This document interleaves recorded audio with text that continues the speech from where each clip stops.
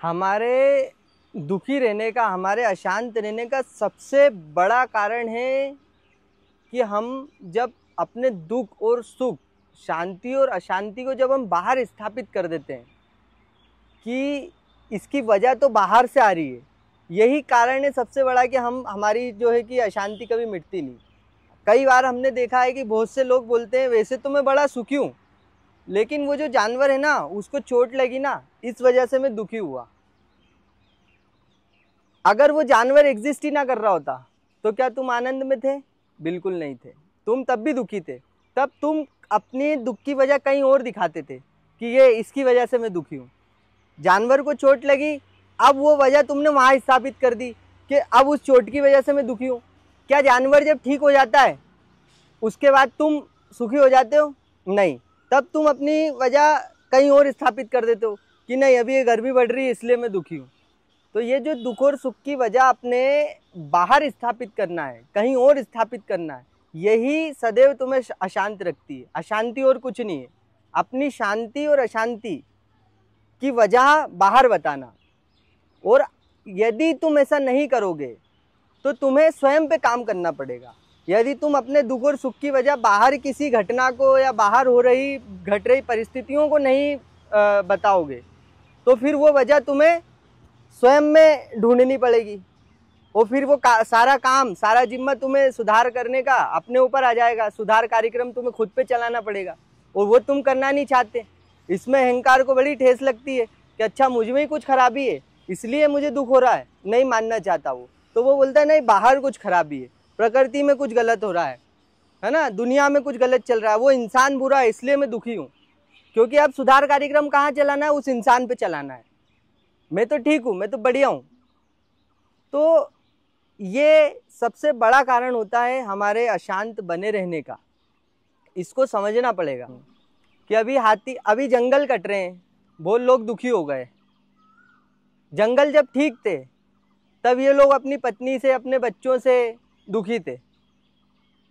ये वैसी बात है कि मैं फ्रस्ट्रेट किसी और बात पे हूँ और आके वो फ्रस्ट्रेशन अपने बच्चों पे निकाल दूँ, बोलूँ कि इन बच्चों की वजह से मैं फ्रस्ट्रेट हुआ और उनको पीट दूँ आके। आप बुरा लगेगा ना, बुरा लगेगा, आपको भी बिल्कुल अच्छा नहीं लगेगा।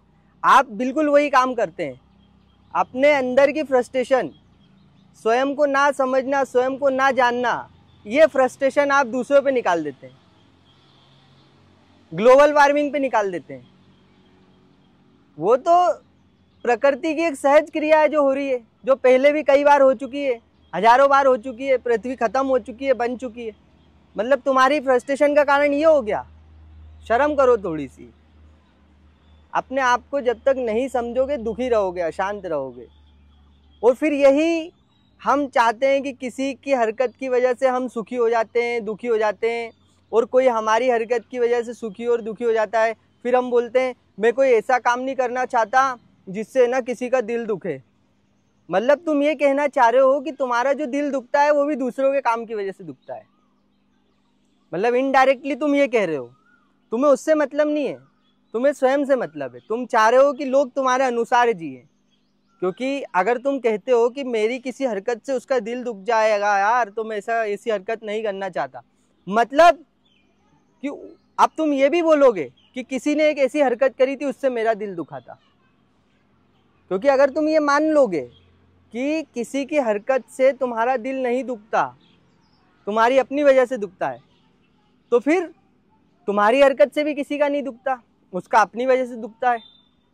यही चीज़ जब हम समझ लेंगे तो हर व्यक्ति को अपने अंदर झांकना पड़ेगा। फिर ये सुधार कार्यक्रम दूसरों पे चलाना लोग बंद कर देंगे और दूसरों को कंट्रोल करना बंद कर देंगे, बाहर कंट्रोलिंग बंद कर देंगे।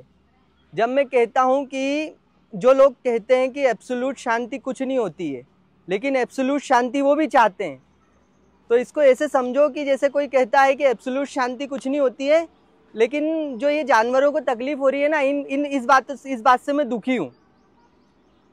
तो जब मैं उससे कहता हूँ कि तू ये चाहता है ना कि दुनिया में किसी जानवर को कोई तकलीफ ना हो, तो वो बोलेगा बिल्कुल हाँ चाहता हूँ, क्योंकि ये दोगलई तो नहीं कर सकता वो कि नहीं मैं नहीं चाहता ऐसा। तो यही एब्सोल्यूट शांति मांगना होता है कि एक दिन ऐसा समय आए कि दुनिया में किसी जानवर को कोई तकलीफ ना हो।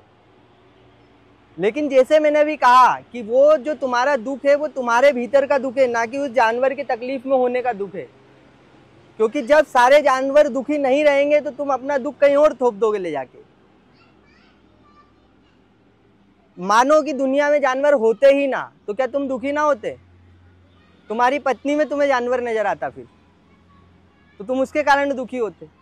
दुखी रहना ही तुम्हारा स्वभाव बना हुआ है, तुम समझ ही नहीं पा रहे हो इस चीज को। और फिर अपने सुख दुख को बाहर थोप के कभी उसको ऊंचा उद्देश्य बोल देते हो, अपने एक कुछ भी एक जो तुम्हारी बुद्धि से निकला हुआ एक तुम्हारी तरह छोटा सा कर्म है, उसको तुम कोई महान बात बताकर और बस उसी झूठ में अपने जीवन को कंटिन्यू रखते हो। तुम्हारा सुख और दुख तुम्हारे भीतर है, ना कि बाहर। इसको समझोगे तभी इस सुख दुख के चक्र से निकलकर शांति पर स्थापित हो पाओगे। फिर ऐसी बातें नहीं करोगे कि एब्सोल्यूट शांति से कुछ नहीं होता।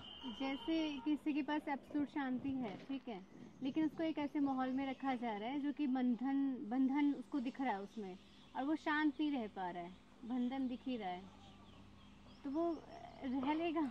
ये ऐसी बात है, जैसे एक हाथी है, उसको डब्बी में बंद कर दिया, छोटी डब्बी में, तो अब वो बड़ा बंधन महसूस कर रहा है।